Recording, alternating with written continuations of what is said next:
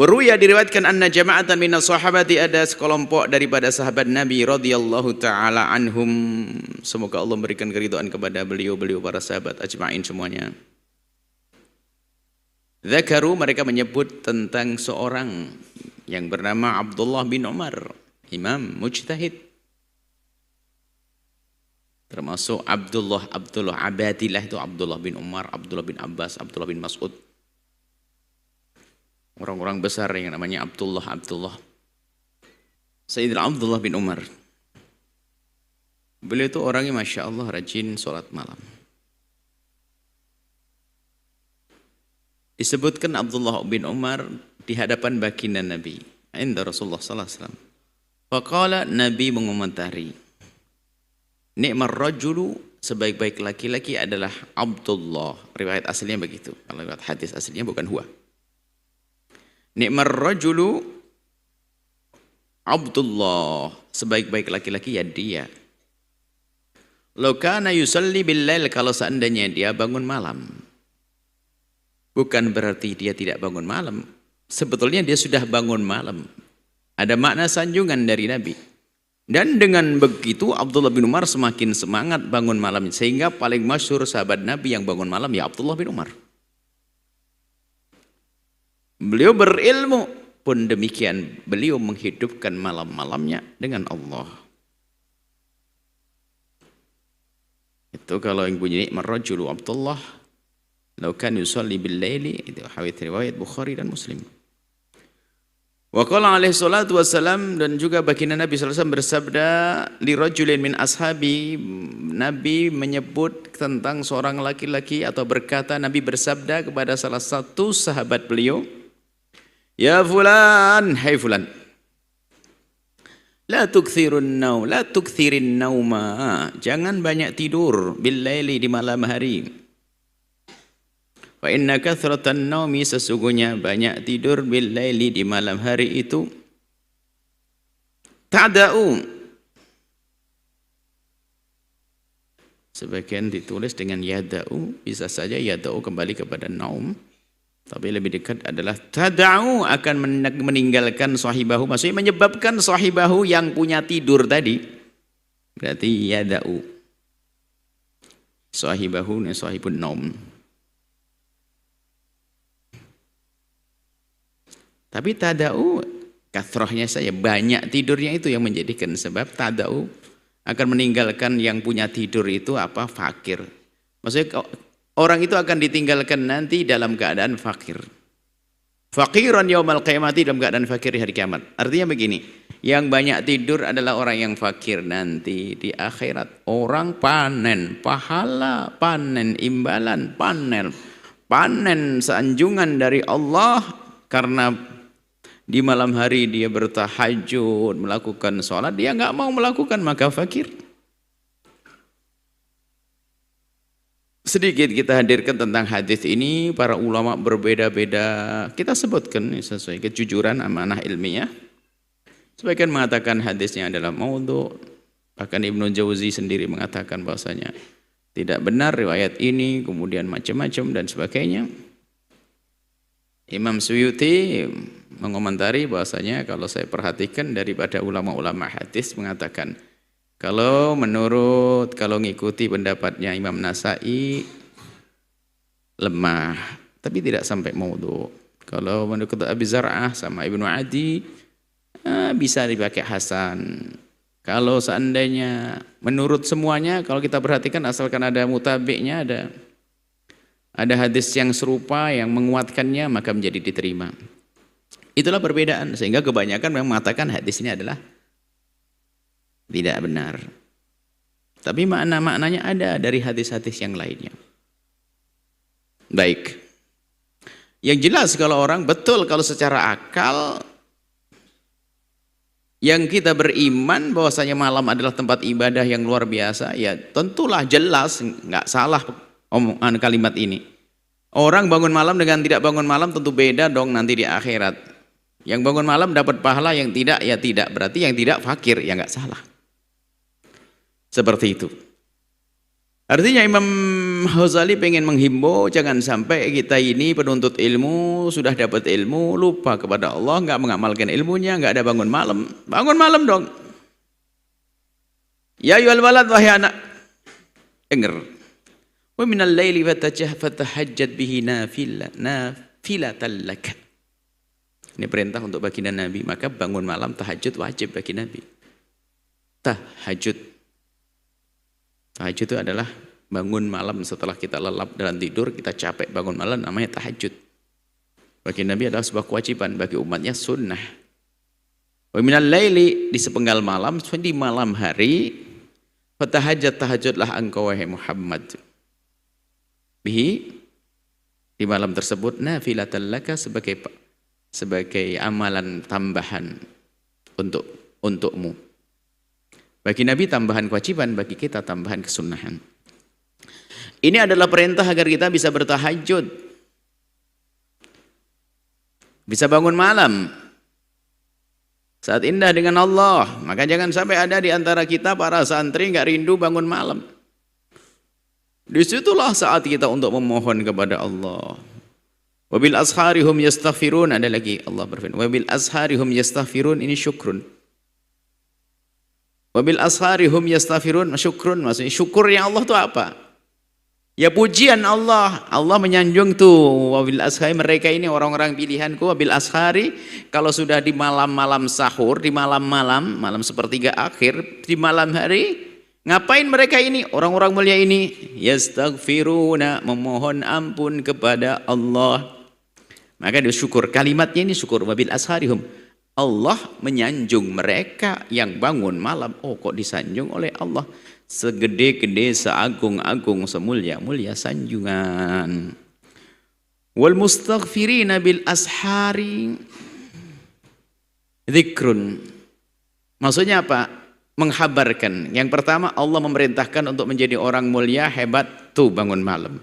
Kemudian Allah menceritakan, Allah mensyukuri atau ingin membalas kebaikan mereka yang sudah bangun malam.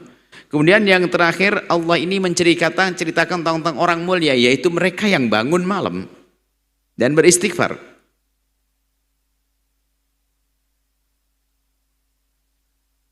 Gitu. Sebagian memaknai lain, bahwasanya gabungan antara wabil asharihum yastaghfirun wal mustaghfirina bil ashar ini sebetulnya ada makna bahwasanya antara orang-orang istimewa dengan waktu sahur ini nggak bisa dipisahkan. Kalau engkau menemukan waktu sahur, pasti mereka beristighfar. Kalau mereka ketemu waktu sahur, pasti mereka beristighfar.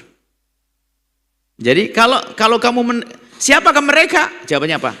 Mereka adalah yang selalu beristighfar di waktu sahur. Siapa yang beristighfar waktu sahur? Ya mereka adalah yang beristighfar waktu sahur. Gitu. Kalau digabungkan dua ayat itu. Baik. Qala alaihi salatu wassalam, baginda Nabi Muhammad SAW bersabda, thalathatu aswatin, 3 suara. Kalau baca kitab dahulu itu harus kita sedingin nengok tentang hadis-hadis ini. Para ulama hadis mengatakan bahasanya hadis ini tidak ada secara rinci dengan 3 bentuk begitu, dengan disebutkan 3 begitu. Bahkan sebagian mengatakan hadis adalah maudhu, sebagian mengatakan begitu. Akan tapi lihat, kalau kita rinci satu-satu semuanya ada. Misalnya Imam Bukhari dan Muslim meriwayatkan tentang hadis dik, idza sami'tum, hadis sahih, idza sami'tum siyahat diyakati, kalau kau dengar kokokannya ayam jago, fas'alullaha min fadlihi, mintalah kepada Allah karunia dari kemurahannya. Nah ini. Jadi kalau kita mendengar suara ayam jago dianjurkan, karena kalau sudah Nabi bersabda begitu pasti benar. Makanya dengar ayam jago langsung saja minta apa kamu? Minta ya Allah berikan ilmu yang manfaat, berikan kemudahan, berikan ayam jago berkokok. Sebagian mengatakan apakah berkokok di pagi hari? Ya, di pokok pagi hari ini kebanyakan mengatakan berkokok di waktu subuh itu. Berarti apa? Kalau kamu berdoa berarti ikut melek dong sama jago. Sebagian mengatakan tidak, setiap kokokan jago, kalau ayam jago berkokok, maka disunnahkan, dianjurkan kita minta. Fa innaha ra'at malaka, karena mereka ayam jago itu lagi lihat malaikat lah. Kalau hadis begini ada, cuman bunyi yang tadi tidak. Para ulama mengatakan nggak ada. Yang jelas Imam Ghazali bukan main-main, orang besar. Tentu mungkin di sana ada hadis. Hanya sengaja kami hadirkan begini. Khawatir suatu ketika ada di antara kita menukil hadis begitu saja, akhirnya dikritik sama orang, bingung. Kita hadirkan. Maka kalau ingin berbicara tentang urusan di jago, ada hadis yang sahih tadi. Kalau bicara tentang urusan bangun malam, tadi ayat-ayat Al-Quran. Ada urusan keutamaan baca Al-Quran, banyak hadis sahih tentang keutamaan baca Al-Quran. Tanpa harus menghadirkan hadis yang diperselisihkan oleh para ulama. Berharap anak-anak yang besar mencoba mencatat, jadikan catatan kaki untuk jadi buku nanti suatu ketika. Ayu al-wala dicetak dalam bentuk baru supaya ada wawasan dalam hal ini. Anak-anak yang besar. Karena setiap hadis kita harus mencoba menelaah. Tanya kepada para ulama. Kita bertanya orang-orang besar, Zainuddin al-Iraqi, hadis kita. Apa kata Imam Ibnu Hajar al-Asqalani, apa? Kita tanya. Baik. Jadi bentuk hadis seperti itu adalah banyak ulama mengatakan nggak ada, tapi maknanya satu demi satu ada. Satu dik. Baik. Kemudian yang jelas orang yang menghidupkan malamnya dengan istighfar adalah istimewa. Istighfar itu buahnya adalah banyak sekali. Di antaranya adalah mengundang pengampunan Allah, iya. Tapi di antaranya lain apa? Lapang rizki. Ajib, apa hubungannya? Lapang rizki.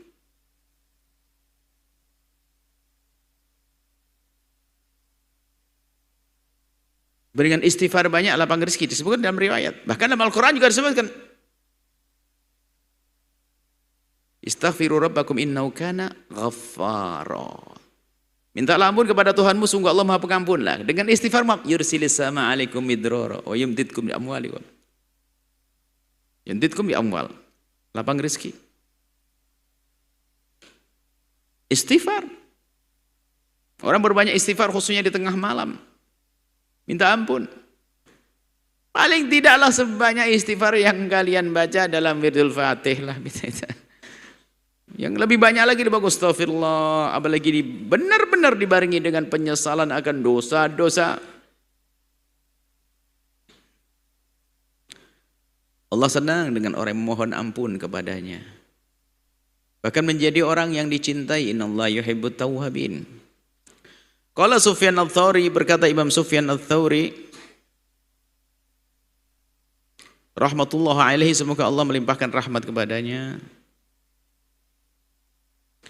Kalau sudah dinisbatkan kepada seorang alim, ya kita husnudon, ya mungkin beliau adalah juga nukil dari sebelumnya, mungkin sampai kepada hadis Nabi atau ilham atau mengambil daripada Israiliyat, karena bicara tentang Allah di sini, tentang hal-hal yang tidak bisa dilihat oleh mata. Nah, mengambil Israiliyat, jadi kita tidak bisa menentukan. Mengatakan salah nggak bisa. Tapi Nabi sudah memberikan rambu-rambu, hadits wa an bani Israila wala haraj. Boleh kita mengambil berita-berita dari agama sebelum kita, dengan catatan itu berita tidak bertentangan dengan yang ada dalam akidah kita. Namanya Israiliyat. Jadi tidak semua Israiliyat itu terlarang.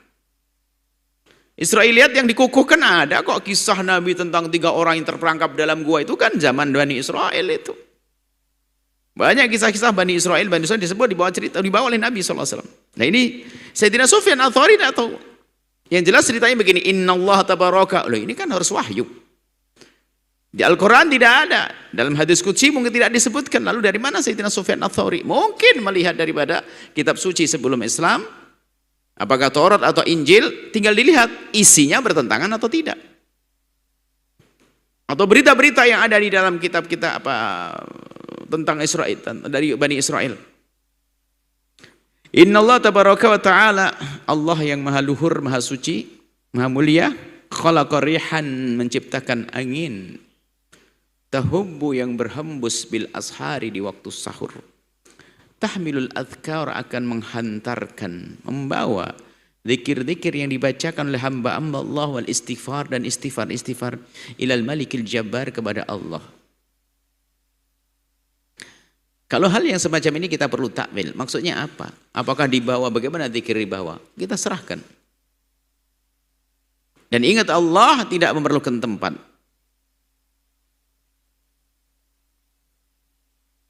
Allah tidak bertempat. Lalu makna bagaimana? Kadang malaikat menghadap kepada Allah bagaimana? Jangan bertanya tentang caranya. Malaikat berdialog dengan Allah, jangan bertanya tentang bagaimana caranya. Yang jelas Allah tidak memerlukan tempat dan tidak bertempat. Lalu bagaimana angin berhembus? Bisa saja dimaknai bahwasanya bersama. Karena di waktu itu adalah angin berhembus di saat seperti itu begitu indahnya. Yang tidak merasakan musim panas mungkin biasa saja. Karena setiap saat suasana udaranya adalah sejuk dan enak.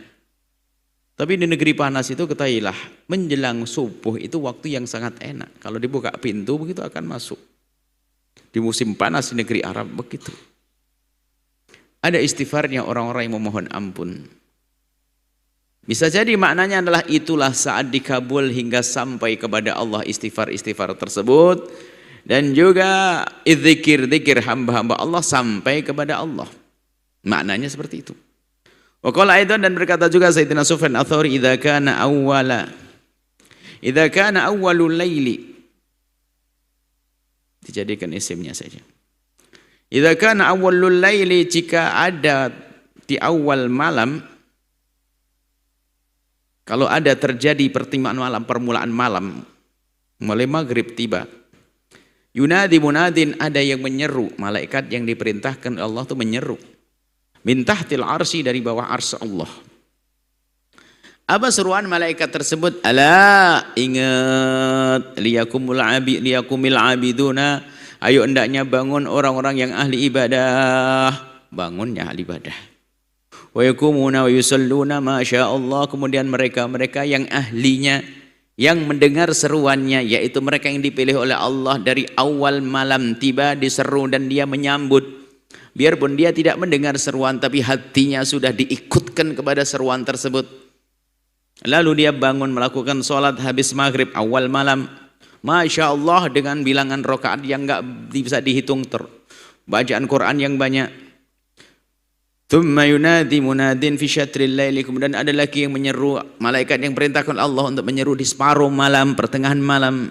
Ala liyakumil qanitun, ayo bangun al-qanit. Qanit sama artinya ahli ibadah. Cuman martabat berikutnya, martabat paling pertama tadi itu dari awal sampai subuh. Yang ini martabat kedua adalah ini di pertengahan malam. Wa yusalluna ila sahar, kemudian melakukan salat sampai waktu sahur. Wa yakumuna ala liyakum, itu idza kana sahar, kalau sudah masuk waktu sahur, nada munadin, ada yang menyeru lagi, malaikat menyeru lagi. Ala, ingat, maksudnya pengumuman, wahai hamba Allah, ketahuilah, dengar, liyakumil mustaghfiruna, hendaknya yang ahli istighfar bangun. Nah, ini tengah malam. Fayakumuna istaghfiruna, fayakumuna, maka bangkitlah, bangun dari tidur ahli istighfar. Istighfar, lumayan Anda.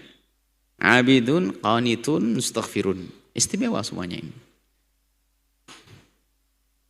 Wa idza tala al-fajru, masuk subuh tiba, nada munadin, subuh nih. Ada yang menyeru lagi, ala liyakumul ghafilun, bangkit, bangun, hai orang yang lalai. Bangun subuh, enggak bangun malam, rugi dia, ghafil.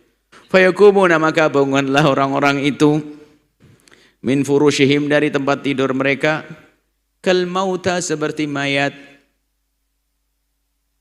nusyiru min kuburim, seperti mayat dibangkitkan dari kuburnya, dengan penuh penyesalan, nggak punya kelebihan, nggak ada kebaikan yang didapat, sangat rugi. Ini gambaran.